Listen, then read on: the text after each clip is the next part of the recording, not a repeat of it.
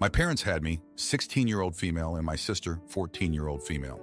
We lost our dad a few years ago. My mom has heavily favored my sister since she was born, to the point she has raised my sister to be a pretty unpleasant person to be around, at least for me. Dad noticed it and called mom out, and at some point they did therapy where apparently it came to light that the grandmother she named me after was a person my mom had a lot of resentment toward. Why she named me after her then, I will never truly know. She claimed not to realize it at the time, but she at least has some resentment toward me based on that. She also had some postpartum depression when I was born and claimed the early months with me were a very dark time. Whenever we fight, she takes my sister's side regardless of what happens. If my sister takes food off my plate, she won't get in trouble. If I yell at her for it, I get punished. If I take food off my sister's plate in return, I get punished. If my sister takes something from my room, nothing is said. But if I bang on her door after she locked it and try to get it back, I get punished for harassing my sister and making noise. When I tell my mom about these things happening, she says something about learning how to share, or my sister being the baby, or my sister needing more, so she tells me to let it go. My sister loves to gloat that mom loves her more. She has told me that mom has told her she loves her, but tolerates me. My sister told me that mom wishes I had died instead of dad. She told me they talk about that stuff. She also told me that after dad died, mom pulled all the money from my college savings and put it into hers. My sister also lies to mom and claims I did things when she feels like I didn't get in enough trouble recently. In June, she got me grounded for the whole month by breaking her laptop and claiming I had done it. She knew it would be believable because I resented mom for buying my sister a brand new gaming laptop while I had to buy a really cheap secondhand one myself with money for my birthday and Christmas. Mom didn't even let me say anything, and my sister gloated that mom will always believe her over me. It came to my mom's attention a few months ago that my sister is struggling in school in a couple of places, and she can't seem to catch back up easily. But I always had good grades. I could even graduate early in theory if my school offered that, but they don't. My mom is aware of this from past years, so she told me a couple of weeks ago that I need to start tutoring my sister before she gets into a hole she can't climb out of. I told my mom I won't help my sister. Mom told me I will, and it's my duty to help. I told her to spend money on a tutor for her favorite daughter because I won't do a thing to help either of them with this. I told her they don't deserve my help. Mom asked how I could put my sister's future at risk. I shrugged. Mom called me names and slammed the door when she left me. The tension is high because of this, and my sister is loving it. Am I the idiot? Now for a few comments before the update. Comment 1. Tell your mom to eat a shoot sandwich. If you are in the US, you can actually take your GED at 16-year-old. I got mine at 17-year-old. Luckily, my dad's cousin was on the GA Board of Regents, so he greased the wheels for me. As soon as I took it and passed with the highest scores they had seen on a GED at the center where I took it, I enrolled in college, and that was the end of living in my dad's house. I never went back. I think you have to get parental permission, but if you put it like, hey, I can go to college now and be out of your house, your mom might go for it. Meanwhile, I'm sending healing and the light of protection. Best wishes, not the idiot. Comment 2, not the idiot. Instead of telling your mom it's about favoritism, tell your mom that you aren't a good teacher and that your sister deserves the best and that you don't want to be responsible for her grades because you know that the dynamic between you isn't conducive to learning. And then don't do it because it's shitty. This is the hogwash she can lap up because it suits the narrative she already carries, right? Not a good truth, but a believable one for her. Hold on, hun. In a few short years, you will be able to grab your college fund and hopefully a scholarship and bug out of there fast. Do so. You deserve the best. Now for the update, thanks for all the comments on my last post. So a lot has happened in the past 2 weeks. Remember how I said my sister was struggling in school? Well, turns out she wasn't just struggling, she was failing. And not just one class, but 3. Mom found out and lost it. She blamed me for not helping her, even though I told her I wouldn't. She said it was my fault for not being a good role model. Then my sister did something that really got to me. She stole my diary and read it out loud at the dinner table. All my private thoughts, my feelings about mom and her, everything was out there. Mom just laughed and he said I was being dramatic. But the worst part? My sister had written things in my diary, making it look like I was planning to do something terrible to her. Mom believed it, of course. She took away my phone and grounded me indefinitely. I was so angry I couldn't see straight, but I had to stay calm because I knew any reaction would just make things worse. I tried to explain to Mom that it was my sister's handwriting, not mine, but she wouldn't listen. She said I was just trying to cover up my evil plans. A few days later, my sister's grades came in, and she was in danger of being held back a year. Mom was furious and said it was all my fault for not helping her. She said I had ruined my sister's life and that I was a disgrace to the family. She even threatened to send me to live with our aunt, who was even stricter than Mom. But then something happened that I didn't expect. My sister's best friend came over and told Mom the truth. She said my sister had been cheating on her tests and homework, and that's why she was failing. She also said my sister had been bragging about how she could get away with anything because Mom would always take her side. Mom didn't want to believe it, but the evidence was right there. She had to face the fact that my sister wasn't the perfect daughter she thought she was. Mom didn't apologize to me, but she did start treating me a little better. She gave me my phone back and said I wasn't grounded anymore. But just when I thought things might be getting better, my sister did something else. She told Mom she was pregnant. Mom was shocked and didn't know what to do. She said it was my fault for not keeping a better eye on her. I couldn't believe it. How was it my fault that my sister got pregnant? Mom has been running around trying to figure out what to do. She's been talking to lawyers and doctors, trying to figure out the best course of action. She's been so busy with my sister that she hasn't had time to bother me, which is a relief. But I can't help but feel like I'm living in a nightmare. My sister is still gloating, saying that now she'll get even more attention from Mom. And Mom is still blaming me for everything, even though it's not my fault. I'm just trying to keep my head down and get through the next 2 years until I can go to college and get away from all this. But it's hard when every day brings a new drama and a new reason for Mom to blame me for something. Thanks for reading. My friend's boyfriend trashes my living room after I help him find her, so I kick him out and change the locks to teach him a lesson about gratitude and boundaries. This is so stupid. I feel like I'm in high school again. I, 34-year-old female, have a friend named Summer, also 34-year-old female, who is a free spirit. In high school, she got sent home multiple times for going to class barefoot. She dropped out of college and hitchhiked to Mexico one summer without telling anyone where she was going. She forgets to pay her phone bill, so she is occasionally unreachable. I know that sounds like a lot, and it will sound like even more by the end of this, but we have been friends since we were 10. I don't care that she is a mess. I love her. We are in this for the long haul. Summer's boyfriend, Will, is the opposite of her, and I had hoped he would mellow out her wild side. You know how Summer forgets to pay her phone bill? Well, apparently, she did it again. I found out when Will called me Friday morning while I was at work. He said he was having trouble locating Summer. I said, "Yep, that's Summer for you. If you get a hold of her, please tell her to call me. Best of luck." Then I hung up, thinking nothing of it. Will called me again and demanded to know where Summer is. I truthfully said that I have no idea, but I will call her parents for him and see if they know. I went to do exactly that, but Will called me again before I could. I answered, and it was the same question but angrier. Where the heck is my girlfriend? I will spare you the suspense. This went on for quite some time. Absolutely no clue why Will was convinced I know where Summer is, but I told him exactly when and where I last saw her, and that she disappears like this routinely, which he definitely knows. They have been together for a year. I used the plainest language possible, but Will just wouldn't relent. He called me about 50 times. I put it on silent at first, but by the 51st time, I had had enough. I answered and said, "Bro, stop blowing up my phone. I don't know where Summer is, and I will block you if I have to. You are going to get me fired." Then I turned my phone off. Today, Summer called me. I was expecting some form of explanation, but she opened with, "I'm handing the phone to Will. He wants an apology." I stopped her and said, "Apology for what?" She said, "For saying that he blew up your phone." To which I replied, "He did blow up my phone, and I was at work too. Maybe I shouldn't have threatened to block, but he didn't get the point the first 50 times I said it calmly." Summer said, "Just apologize because he is really pissed, and here's where I'm probably in the wrong. No to all of that. I'm not apologizing because her milquetoast boyfriend, who is basically the human equivalent of a dry ham sandwich, is on some ego trip." I said that but nicer, and she hung up on me. Now I'm thinking I should have sucked it up rather than jeopardize 2 decades of friendship. Am I the jerk? Now for a few comments before the update. Comment 1. Not the idiot. Forget the long haul with Summer. She knows how she is and cannot possibly profess incredulity that you would tire of what is generally understood as him blowing you up. She demanding an apology for him, please. She bolted, lame, immature, irresponsible, tiresome. If she hadn't done this yet again, then he wouldn't have felt the need to track her down. She's obviously flighty and flaky, Unreliable, cheating on him, whatever.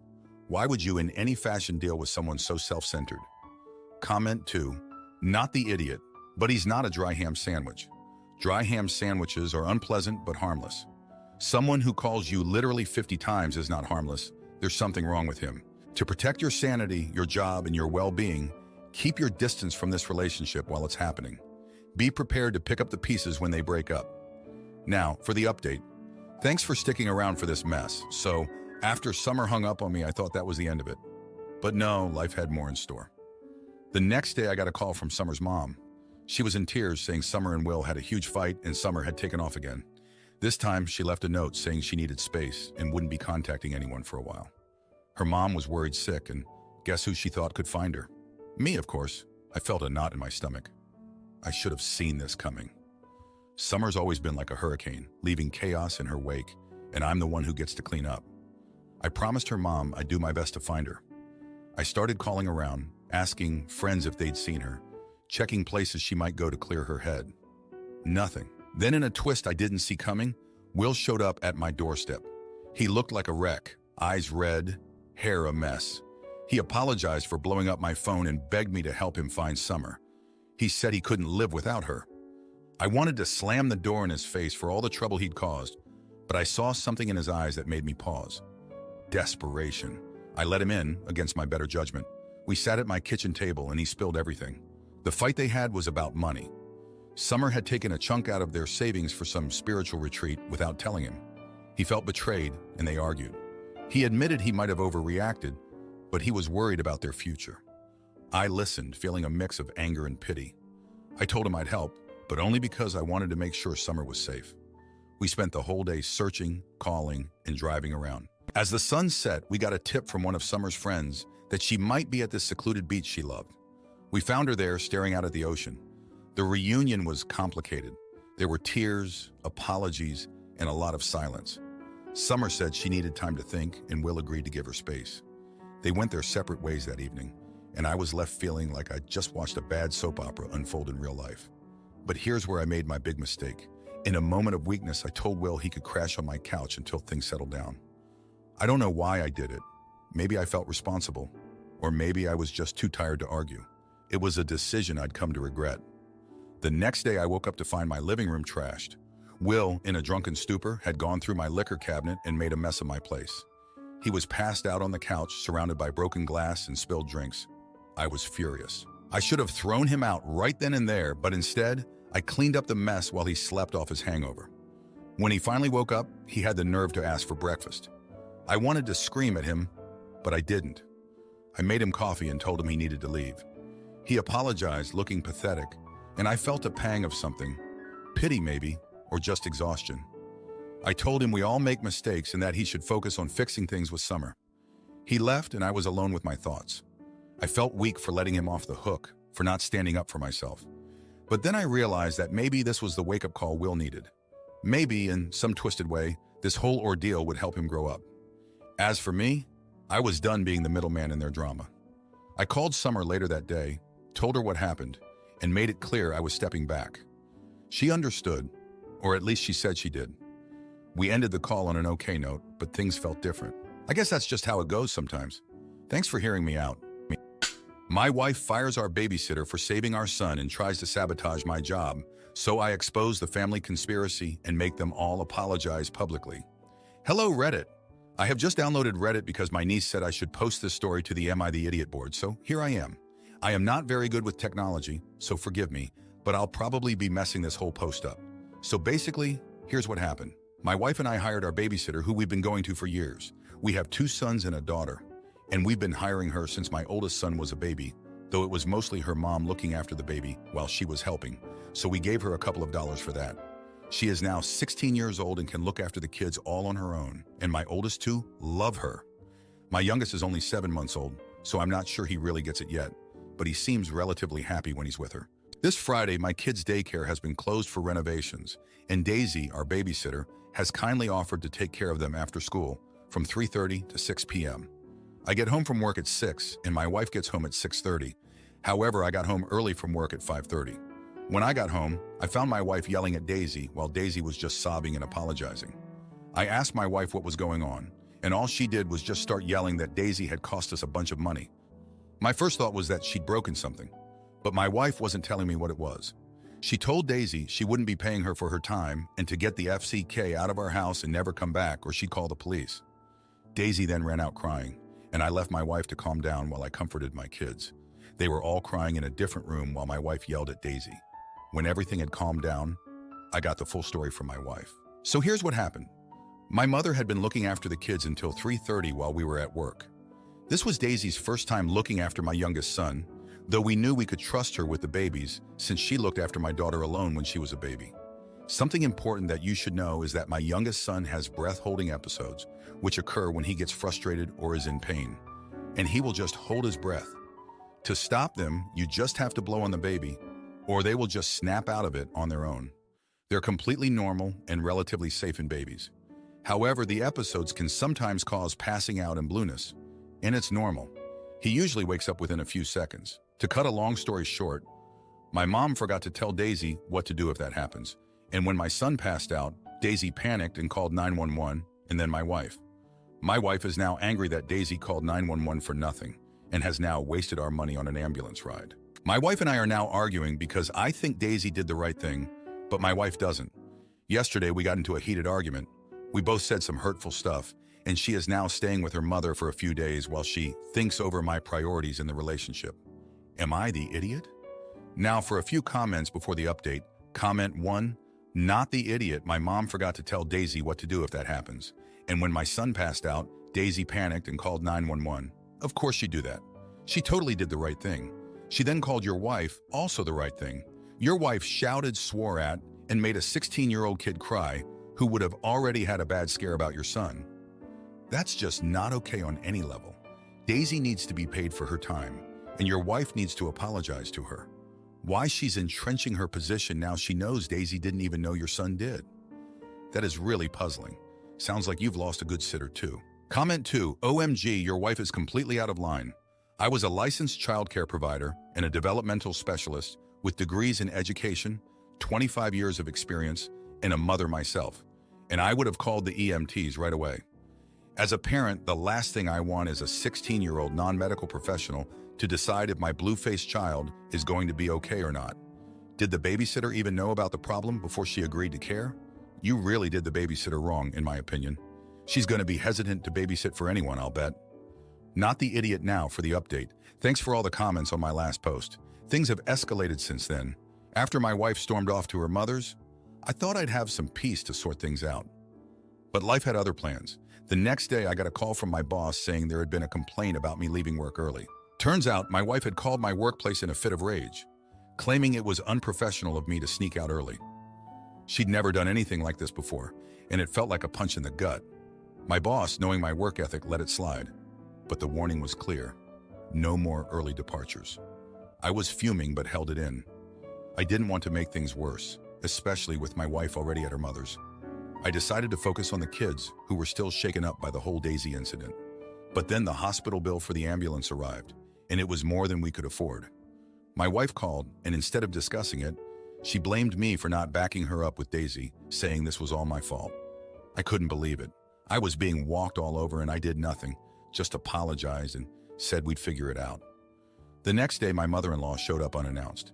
She had a bone to pick with me, saying I was too soft on Daisy and that I should support my wife's decisions. She even suggested that I should pay the hospital bill myself since I was the one siding with the babysitter. I was at a loss for words. I felt like everyone was against me, and I was just taking it. But then, the soap opera level event happened. My oldest son, who had overheard the conversation, blurted out that he had seen Grandma, my mother, slip something into Daisy's bag that day. My heart sank.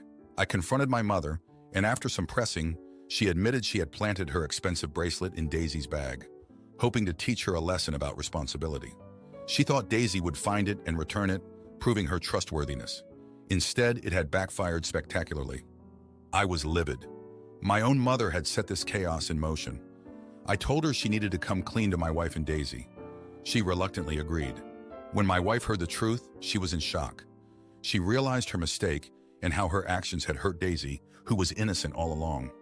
My wife and I had a long talk. She apologized for overreacting and for dragging my workplace into our personal issues. We decided to apologize to Daisy together and offered to pay her for the time she was with our kids, plus a little extra for the trouble. Daisy was hesitant, but accepted our apology. She was grateful that we believed in her innocence. The aftermath was a mix of relief and tension. My wife and I were on speaking terms again, but things were far from normal. We agreed to go to couples counseling to work through our communication issues. My mother was deeply ashamed of her actions and promised to make it up to everyone, especially Daisy. Just when I thought we could breathe again, my oldest son confessed that he had been the one who had told his grandmother about Daisy's supposed lack of responsibility, which had prompted her to test Daisy in the first place. He felt guilty and was afraid of being punished. I assured him we'd work through it as a family. It's been pretty up and down of emotions, and I'm still processing it all. But at least now there's a sense of closure, and we're taking steps to mend the rifts that have formed. Thanks for reading. If you like this video, you'll probably like these too. Also, while you're here, please consider subscribing. It's your support that keeps this channel alive and allows me to make better and longer videos. Have a great day.